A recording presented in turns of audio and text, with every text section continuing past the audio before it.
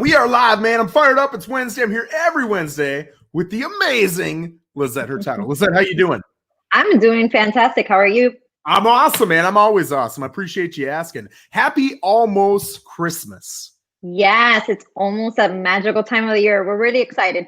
Now, you've got like 17 kids. You got all the Christmas presents all wrapped up and ready to go? They're not wrapped, but they're ready. But you got them. Okay. Well, but I got them. Yeah, that's what matters. Yeah. That's half the battle. Well, that's good. So today we're going to go over Treasure Coast statistics. We're going to go over the market trends, what's going on right now, what you can expect if you're a buyer coming in, a seller coming in, which I'm telling you, you're going to see drastically different things depending upon whether you're a buyer or a seller. And Lissette, what I'd like to do with you, if you're okay with it, by the way, folks, we do not really talk about this beforehand. I like the authenticism. No. I don't know if that's a word. It doesn't matter. It's a word now. Yeah, exactly. Authenticity. That's probably the word, right? Just make it up and go with it. And I like just the conversation when you don't have it scripted. So, Lissette, I have prepared some statistics that I literally just pulled probably a half an hour ago. I'm going to share them with you. And I'd like to hear what your insight is from them. How do you feel about that? Awesome. Let's go for it. Oh, crap. What's he going to bring? All right, here we go. I've got a bunch of them. So first, we're going to talk about solds in Port St. Lucie in the last 90 days. So this is hot stuff that just closed in the last 3 months. In 2020, right? So right now, in the last 90 days, we've had 1,668 sales in Port St. Lucie. In that same time frame, day to day, in 2019, we had 1,531 sales. So the amount of sales, the number of sales, not dollars or anything like that, just the amount of sales has gone up 9% year over year. What do you attribute that to? I think specifically this year of 2020 and with COVID, we have a lot of people wanting to get out of the big cities. As we can see on the news and what's going on, Port St. Lucie, we've had minor shutdowns, but we've had it nice here with COVID. I mean, we really can't complain compared to Miami, New York, New Jersey, the bigger cities where we see our buyers coming from. They are restricted up there. There's a bigger population. They're experiencing harder lockdowns and a higher number in COVID cases as well. So I think we see a lot of people coming from the big cities. Yeah, I spot on. That's exactly what I would have said. Guys, if you have questions, comments, anything like that, you can put them in there. And if they're good enough, we'll share them and we'll answer your questions, right? So moving over to single-family home sales in the last 90 days in Port St. Lucie. And I'm looking at price per square foot now, right? Because that's going to tell you, regardless of whether you got a 1,500 square foot home or a 5,000 square foot home, how much can you expect to get on average for your home in Port St. Lucie? In 2019, we were averaging $140.95 during this 90-day span. That's per square foot. Now it's $153.28 a square foot. So that's up 8.7%. And I'll take it a step further and I'll say too, if you look at the average price of homes that sold in Port St. Lucie last year, you were looking at $260,000. Now it's up to $287,000, which is up over 10%, 10.4%. So tell me a little bit about how the amount of sales, coronavirus, whatever it is you think has impacted that. Tell me about those impacts and why that's increased so much in such a little amount of time. There's huge demand out there and not enough inventory. And as we see each month goes by, if we look at the market trends, the number of listings are trickling down lower and lower, and the demand has not stopped. Usually you'll see a slowdown in the summer, in the winter months sometimes, and we haven't seen that slowdown, nor are we expecting one anytime soon. So then the prices are going to be increasing. You're going to see that trickle up. So there's still a huge demand out there and not enough listings. Yeah. Here's the hot one. This one is crazy to me. I've got a couple stats. This is the days on market it takes to get a pending offer. All right. So not the amount of days it takes to actually close, but how long did it take to get you that contract in hand where you eventually closed on it? In 2019, a strong seller's market, it took 28 days on average. In this market, it's taking nine days. 52% of sales in the last 90 days in Port St. Lucie have sold in 10 days or less. They've gone pending in 10 days or less. 38%, so more than a third, have gone in 5 days or less. So out of, 4 out of every 10 we're listing, they're gone in 5 days. And I'm telling you, they're honestly gone in a day or two. Right. A lot of times it's the listing agent who's saying, we're going to take 4 or 5 days. We're going to let this hang out for a little bit because I want to bring in massive amounts of offers. So we've got that wonderful thing we like called multiple offer situations. So we're seeing that a lot. So a lot of times, even though it's saying 38% are selling in 5 days or less, you've got what you need within 24 hours in most cases. What are you seeing out there? And what are some strategies you're using with both your buyers and your sellers that are working in this market? On the seller side, I'm really just emphasizing, let's get the property in as great condition as we possibly can. So it'll look the best first day on the market and it will show nicely. With the buyers, I'm letting you know, you got to come in strong. We're going to face multiple offers with the majority of these properties. For a seller, it's nice. They get to sit down and pick and choose an offer. For the buyer, unfortunately, we're going to go through a few properties and probably putting in a few offers until we find the right one or win the right offer over. It's a process. It definitely is a process and a little bit frustrating maybe on the buyer side, but on the seller side, it's sweet. Yeah. It's fun to be a listing agent right now, isn't it? Mm-hmm. Yeah. It's funny because I haven't used it in a while, but I had to bring it out about 6 months ago, an Excel spreadsheet where I start listing, here's all the offers, here's the different terms, here's the money, and then I a lot of times I do Zoom calls and I'm like, listen, we get a screen share. Here are all of your, I think the most I've had right now on one property is 11 offers. But to really, to manage those mentally, because they're all, it's not like there's a clear winner and a clear number 2 and a clear number 3. Sometimes this one's higher in price, but it's got crappier terms. And this one's got great terms, but it's a little lower in price. And this one's pretty sharp all around, but the buyers are the weakest, right? So it's always something. So you got to really take a look at that. And for me, the Excel spreadsheet's been the way that I do that. How do you manage multiple offers with your sellers when you're presenting that to them? I put it all in an email and I like to send things over as with the terms offer 1, 2, 3, or 4. And then I'll give them a call and we'll discuss the offers or sit in person, go over each offer.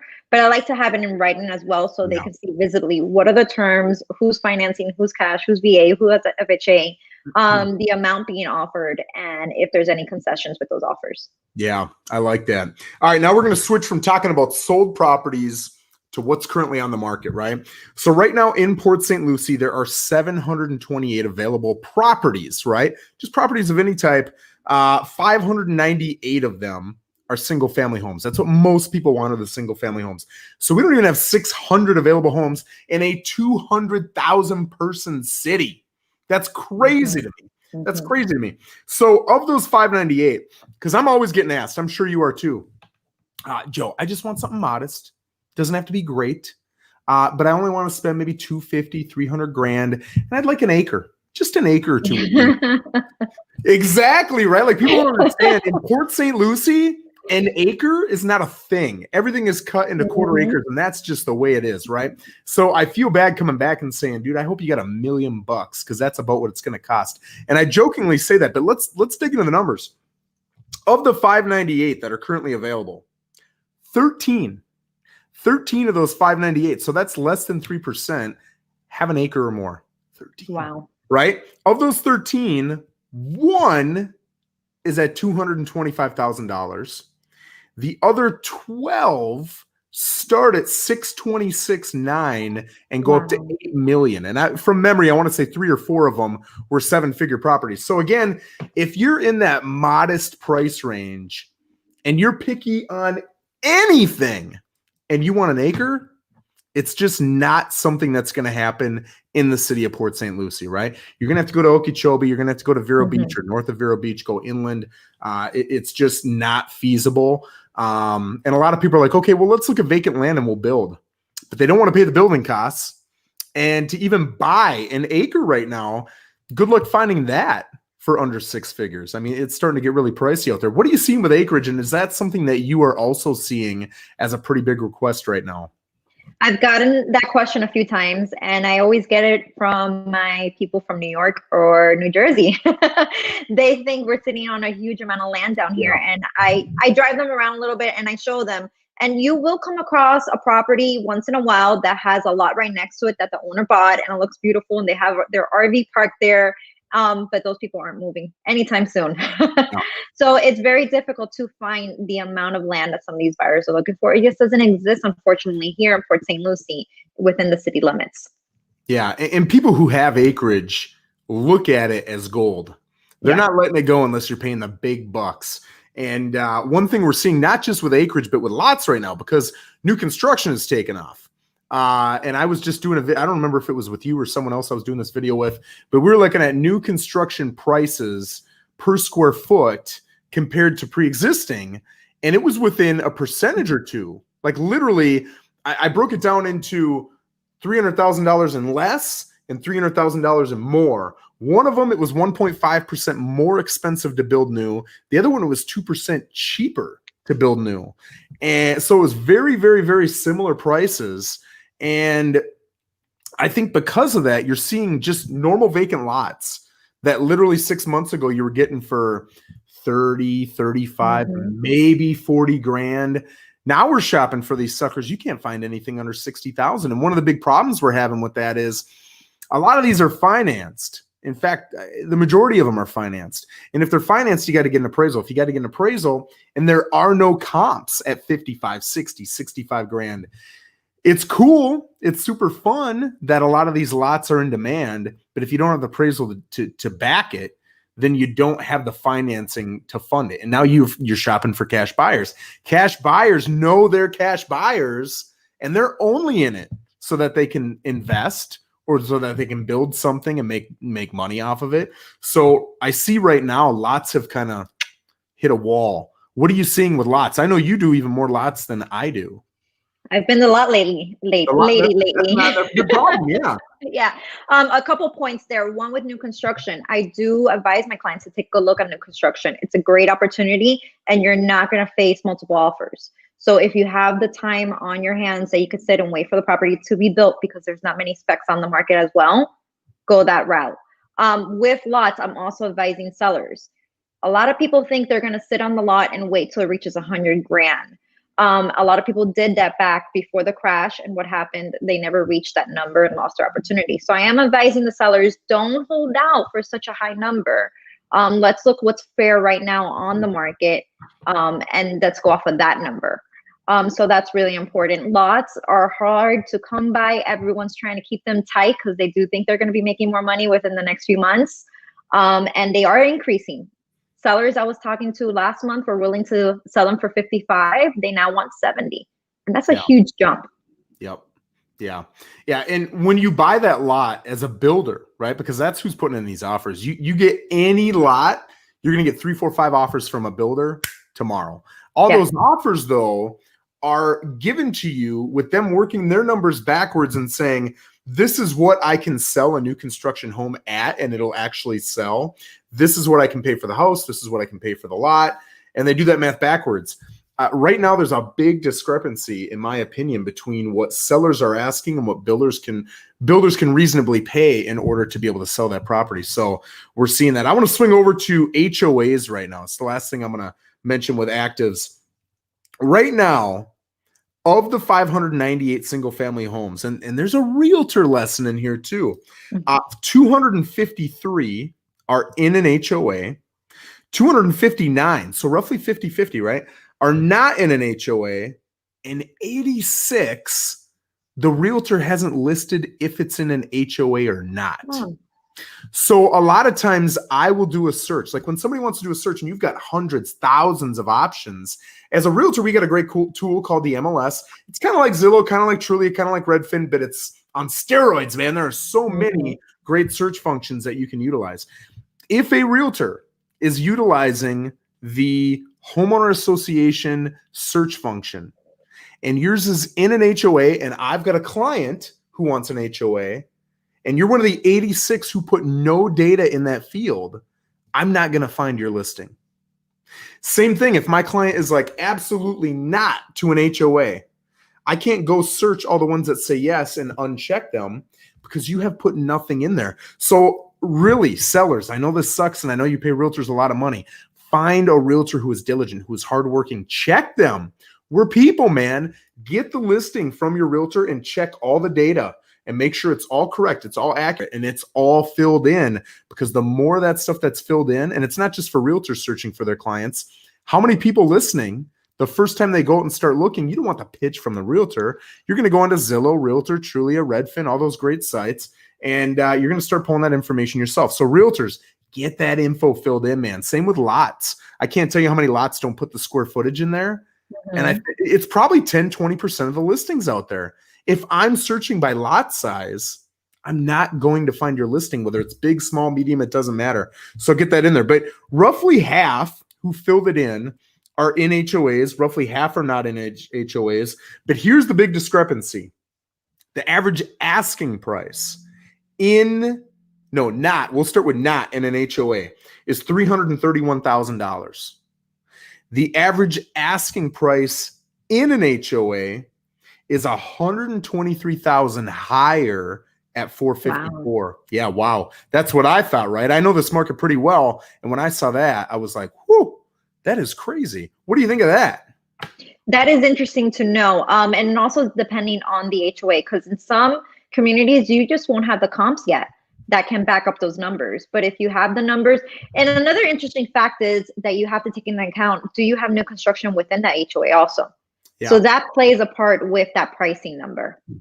Yeah, and I think too, when you look at a lot of the higher priced communities, you're going to see a much bigger percentage of them in the HOAs versus outside of the HOAs. So I don't think like HOA equals I can sell my home for more. I think it just happens to be that they build bigger homes in those areas. So it's not like your per square footage price is going to be that much higher. And in some cases, it's going to be lower, right?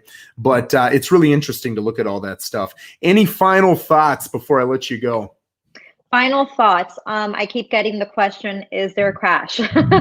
And my slogan is, we don't have a crystal ball. We don't know, but everything is still moving forward. There's still high demand. The market is hot, and hotter every single day. Yeah. Interest rates are not expected to go up higher than 3% in 2021. So the market's still hot. It's still a great time to buy and to sell. Yeah, I agree with you 100%. And if I were to be the devil's advocate and say, let's pretend I think that the market's going to go south, you would need to double or triple the amount of inventory that we have just to make it an average market, not even a buyer's market, an average market. So you got to think, what is going to happen? What catalyst has to happen to make the inventory numbers double or triple in a year? It's going to be extremely challenging. And then when you add to it the low interest rates, like you said, I would hate to bet on that. Because the odds, I think, are extremely slim. So great points. I appreciate all the info. And as always, it's been great. So have an awesome day. Thanks, guys. See you soon. Bye, Joe.